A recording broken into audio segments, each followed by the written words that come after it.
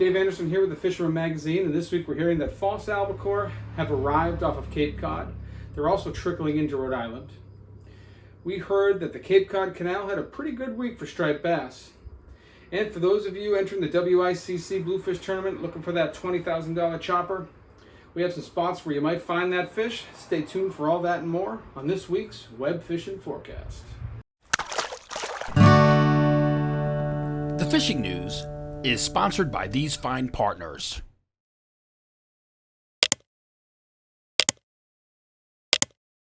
So let's start off with the Albie report, or the hardtail report. Albies had started to show right before the hurricane came through. I heard of some really nice fish. I heard of a 14-pounder taken at the Hooter. I heard of another guy in the same general vicinity getting spooled by an Albie. And then Henri came through and kind of blew all these fish in closer. So guys fishing off the Falmouth are getting fish. Guys fishing off the Vineyard are getting fish. There's some over by Nantucket as well. If you're really just dead set on putting that first Albie on the boat of the year, that's where I would go. I mean, that's definitely your best bet this week for Albies. There are some in Rhode Island as well. I've only heard of 2 actually caught. And I mean, across all of these areas, both of these areas, I haven't heard of a single fish taken from shore yet. It's all been boat and kayak. But in Rhode Island, I've only heard of 2 landed. One was off of Portsmouth, Rhode Island, and one was off Point Judith. And I also know that there were some fish in one of the Newport fish traps last week. Pretty good amount of them. So they are here, but it's just the beginning. And from what I've been hearing, epoxy jigs are leading the charge. That's no surprise to anybody. But they're getting them on crippled herring. They're getting them on those new little Savage Gear pencil popper things, which have become really popular, and a variety of other metals. And there seem to be a decent number of good-sized Albies so far. So things are starting off good.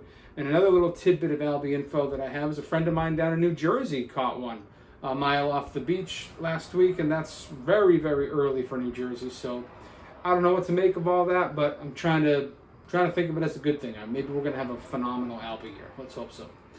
Bonito, on the other hand, were really good before the storm. I heard of a 12-pounder taken off the Vineyard. Since the storm, they've really scattered. And so really, the only fish I'm hearing about being caught now are being caught on the troll. Guys fast trolling with small swing plugs. And that's kind of the story over in Rhode Island. They were really hot and heavy before the storm, and they've kind of dissipated in Rhode as well. So not sure what to make of that. I'm not sure if they'll regroup and make a second pass, or if it's going to be one of those years where they kind of disappear and then they show up again at the end. Only time will tell on that. And then staying in the tuna vein, let's just go over to the Bluefin deal. It seems like that hot zone that was really good in July, Tuna Ridge and the Gully, heating back up again. So it's not as much of an X marks the spot fishery as it was then, though. Guys are hunting around a lot more for the fish. It's really been, the jig has been the way to get them. Guys getting them on butterfly jigs. That seems to be the most popular way to get it done right now. Just looking on the screen for a big school of fish, dropping a jig down and just kind of speed jigging them up. That seems to be the way the most of these fish are being caught. And there's a wide mix of sizes out there. Anything from 20 pounds to, I don't even know, 600 pounds maybe? Maybe not that big. But and don't forget too that the large, medium, and giant tuna are still off limits until September 1st. So anything over 73 inches got to be cut loose. But yeah, that's the tuna report, and that's what I got for you guys. And so moving over into Massachusetts, the striper bite has been a little harder to nail down this week. It sounds like probably the hottest zone right now is kind of from like Portsmouth, New Hampshire down to Cape Ann. It seems like that area is experiencing, fall run conditions. They've got a lot of small bait, they've got a lot of peanut bunker, they've got mackerel, they've got full-size bunker. And so I'm hearing about a wide mix of sizes of stripers from, little micro bass up to 25 pounds, maybe a few even bigger than that. And it's been good for surf and boat anglers. Some of the better boat fish are being taken on live mackerel. Guys fishing the surf are getting them day and night. on a variety of lures. Top water's been really good during the day. Nighttime guys are doing well on soft plastics, from 4 to 7 inches, and swimming plugs and darters, needlefish. I mean, all the classic lures are working right now, and it's predominantly fish in that 24 to 30 inch range, but there are enough fish up to 25 pounds to keep it interesting. And there's also just been some massive schoolie blitzes, especially in daylight, and it's been great for the kids. A lot of fun for all, really. The other thing that's happening in that same zone is there's been still some really big bluefish up there. So you're finding those mixed in everywhere. I mean, they're all the way up to Portland, Maine. They're down in Cape Ann and everywhere in between. It's not it's far from a guarantee that you're going to find big bluefish, but there's a lot of them around. And if you hunt around a little bit, I bet you're going to find them. As we move south from there, the canal had a really good week. I think it got a little blown out of proportion because I know Friday morning was really good. There were some really nice fish taken. And then kind of outside of that Friday melee, more of the fish were in that schoolie to just over slot range. So, the same range that we've been talking about all year. The cookie cutters, 24 to 30 inches, with a few, up to 35, 36 inches, and then the occasional beast. But it slowed way down since. There were a couple days after the storm that were pretty good, and then this morning I actually was there, and it was pretty slow. In fact, I only saw a few fish caught, and I'm the guy who caught them. So, and all the fish were small. There were just, from where I was, tons and tons of bait, so that place could blow up again at any time. But unless there was a hot zone somewhere else that I didn't get in on, it has slowed way, way down. And then the same could be said for out on the Cape, on the outer beaches where we've had that classic bite for a few weeks now. The boaters doing well during the day and the surf guys doing well at night. That's still happening, but not seeing nearly as many sizable fish. And I haven't heard about any fish over slot. The daytime guys are, doing like 20 to 26 inch fish with the very occasional 28 inch fish. And then at night, the biggest fish, they're just topping out, in about 34 inches or so. Swimmers like the hydro minnow and the mag darter and red fins, needlefish and sluggos, those have been like the really popular lures this week. And like I said, it's just a smaller class of fish. Those bigger fish seem to have pushed off. There are some big bluefish still around Nomans. Sounds like it's thinning out a little bit. Same deal over at like Waisquee and Squibby. Smaller fish, so not these big ones, teen size fish like there are over at Nomans, but there's still a lot of bluefish in that area, and it seems like that just doesn't want to slow down. And the same schoolies around around the salt ponds out there as well, but I haven't heard of anything worth writing home about. Just solid fishing for smaller fish. So let's move over to fluke now, which was a tough week for fluke in Massachusetts. I'm guessing it's because of all the swell coming in and all the hype surrounding the hurricane. It just didn't hear a lot fluke-wise.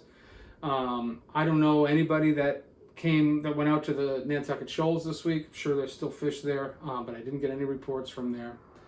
I didn't hear much from Buzzards Bay either, but I can tell you, that those spaces between the islands hold a lot of sea bass, and they do hold some nice sized fluke. And then Lucas Shoal is always a good bet for fluke at this time of the year. But that's really all I got fluke-wise. And sea bass, it's been the same game. I didn't hear a lot of bottom fishing reports this week. I don't know if it's because everybody's got Albie fever or if it had to do with the hurricane. But once again, those spaces between the islands, especially the one north of Quix's is a good spot. And then heading out toward Cox's and then kind of back toward Westport. Those are really good areas. A lot of ledges and humps and bumps and rock piles out there that you can pull some of these fish off of. And that's really the story of Massachusetts this week.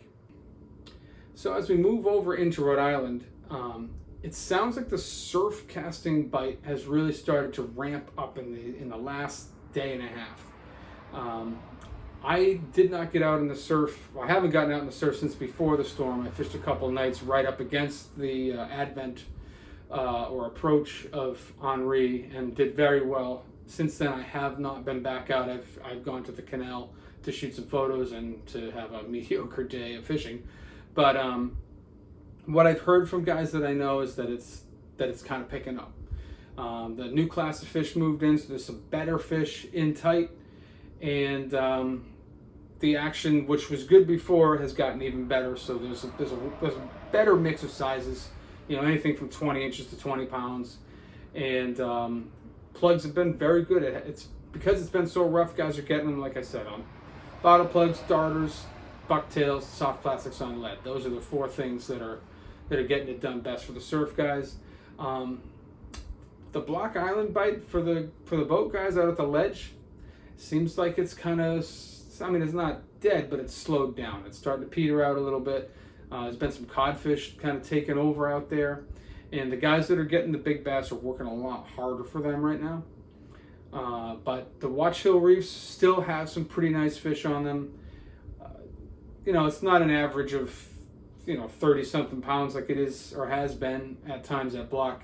It's more like an average in the 20 pound range, but you have a good shot at getting a really big one. I mean, fish over 40 and even 50 are taken out of there every year, and this is a good time of year to start concentrating there. And then the South County beaches have had some pretty nice fish on them as well. That's pretty much the striper story as it stands right now. Fluke-wise, didn't hear a lot again, and I really think it's just because that hurricane blew through and just kind of really beat the water up and made it uncomfortable to bottom fish.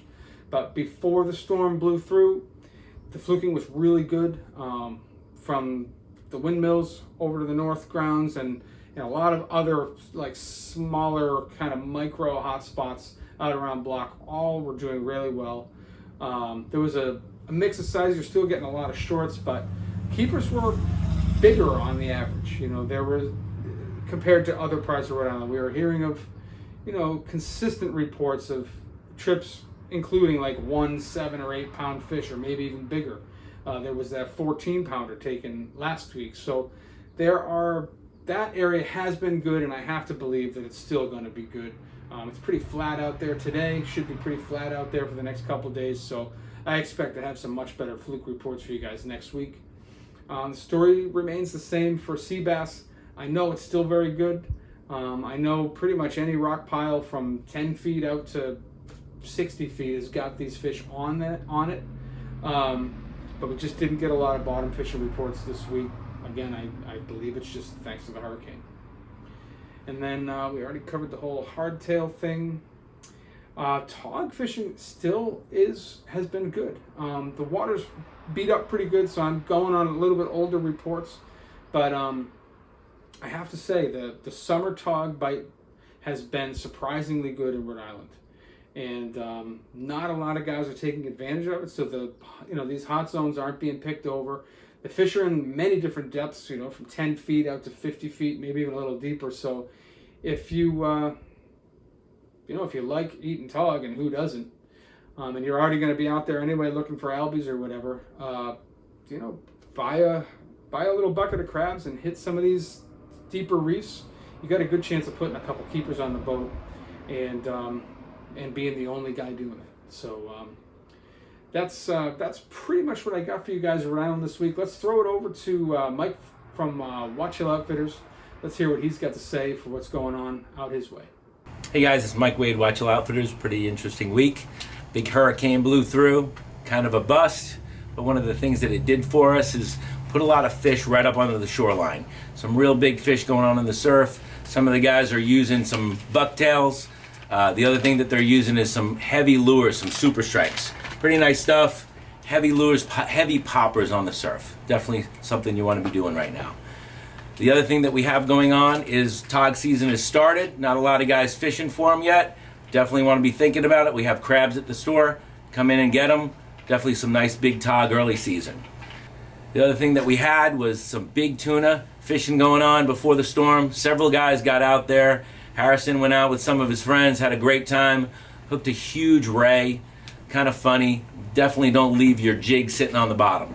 Otherwise, you're going to be on that fish for a while, and it's just going to be a ray. But all the guys that went out had a great time fishing. A lot of fish were caught. Some big eye, some yellowfin, but primarily the small bluefin. Some of the things to look forward to right now is the albie fishing.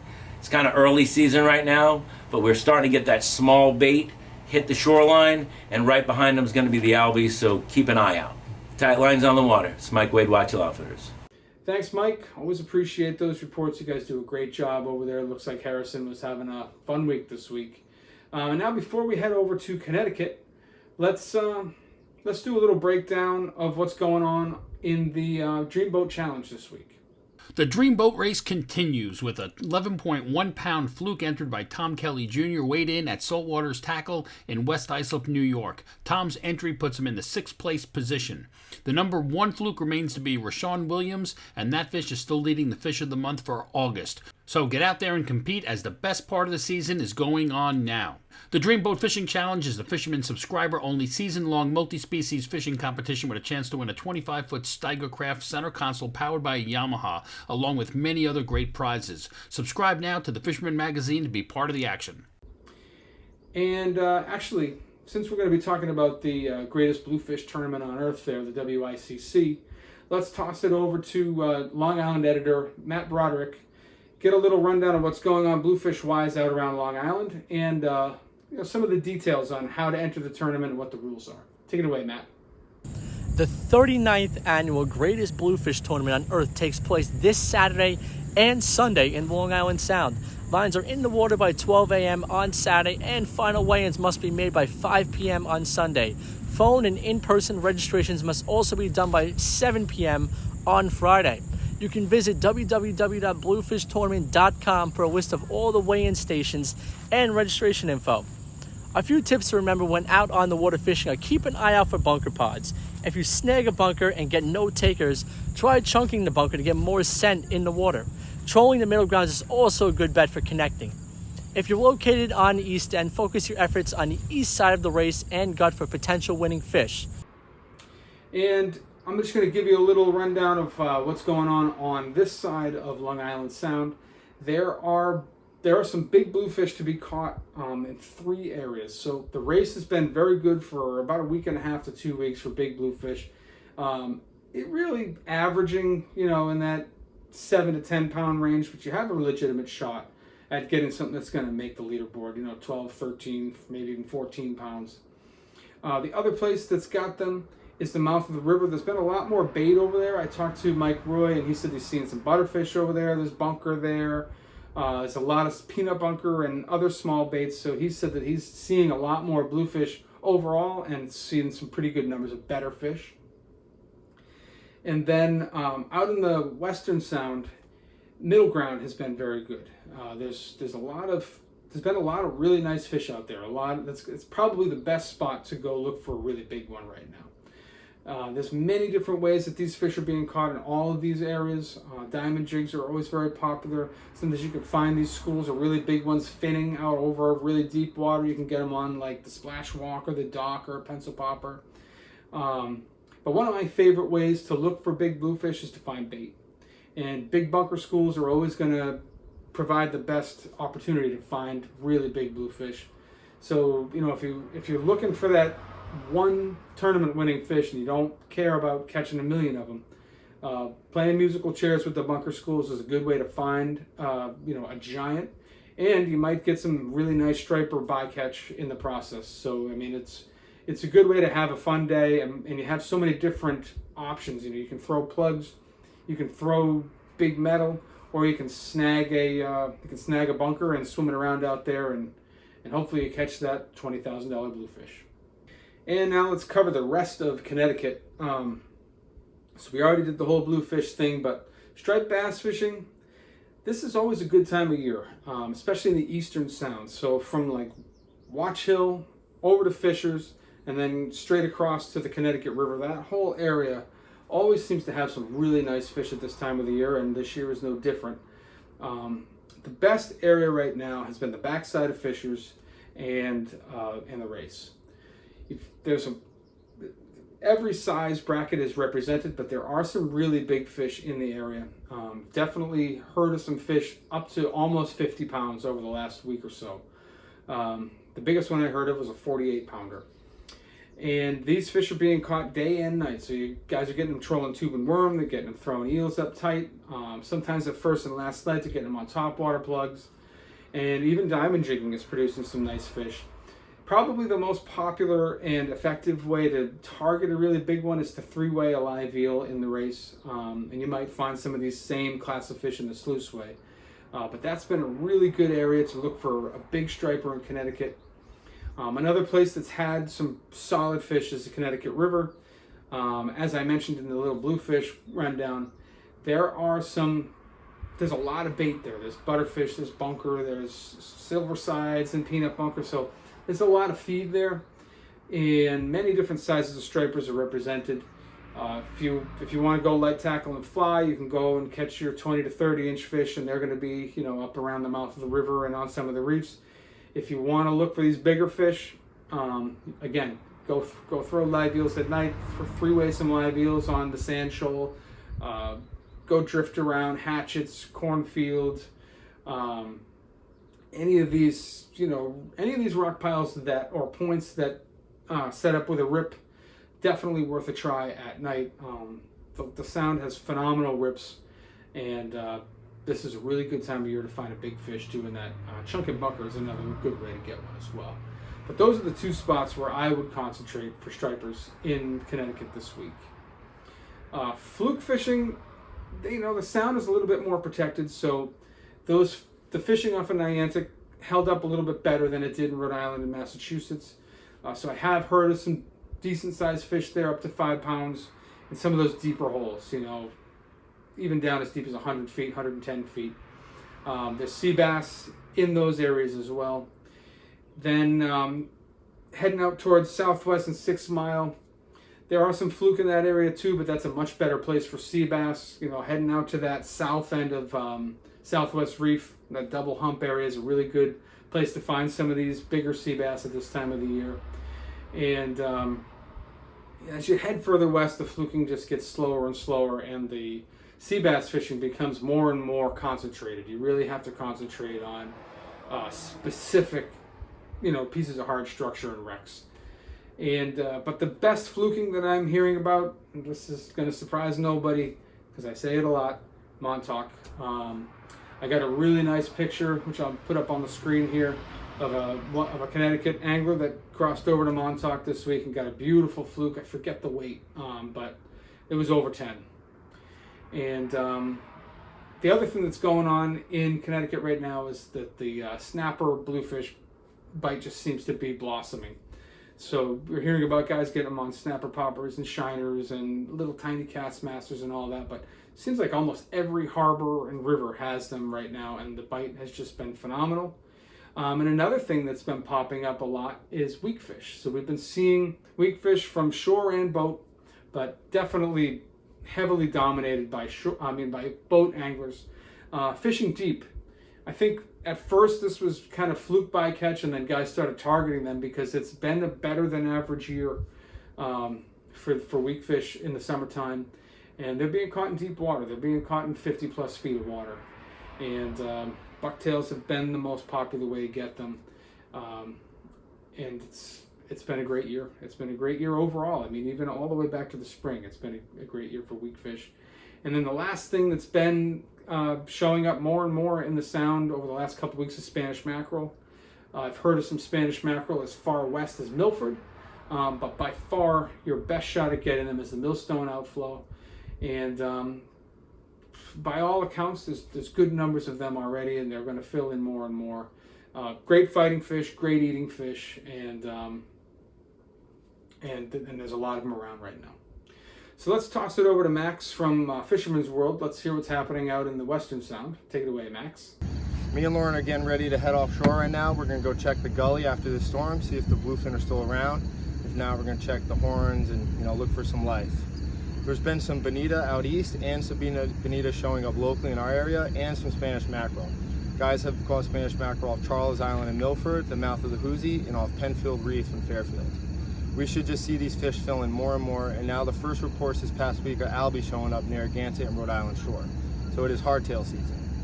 This week it's been all about the bluefish. Guys have been catching big blues. We've weighed big bluefish up to like 13.5 pounds. Guys catch them on chunks at 28C and 11B, and also diamond jig and 11B on the outgoing. Up in tight, there's been a lot of cocktail-sized blues with a lot of stripers. The striped bass bite remains really hot in the mornings right now with all this small bait around. Guys throwing plugs like the docks, small spooks, paddle tails, bucktails, SP middle style plugs, you name it. The best bite is definitely the first light and the last light. Fluke fishing remains slow. I mean, we keep seeing some couple nice fish, but guys that are catching them, I mean, they're really pounding areas and really working for their limit. If you're gonna try, I would definitely try some deeper water still. This will transition going into September with all the small bait around, but right now stick to the deep. I would try places like Can 26, Can 24, and Drifting Bait 28C. Porgies still remain hot. Guys are catching them all from our shorelines, our beaches, and our piers, places like Sherwood, Calfpasture Beach. And then from the boat, guys are doing good too. Remember to bring clam chum, that really increases your bag limit. Thanks and good luck. And before we wrap things up, let's do a quick rundown of what's happening in the Coastal Kayak Clash. It's amazing what a difference one fish can make.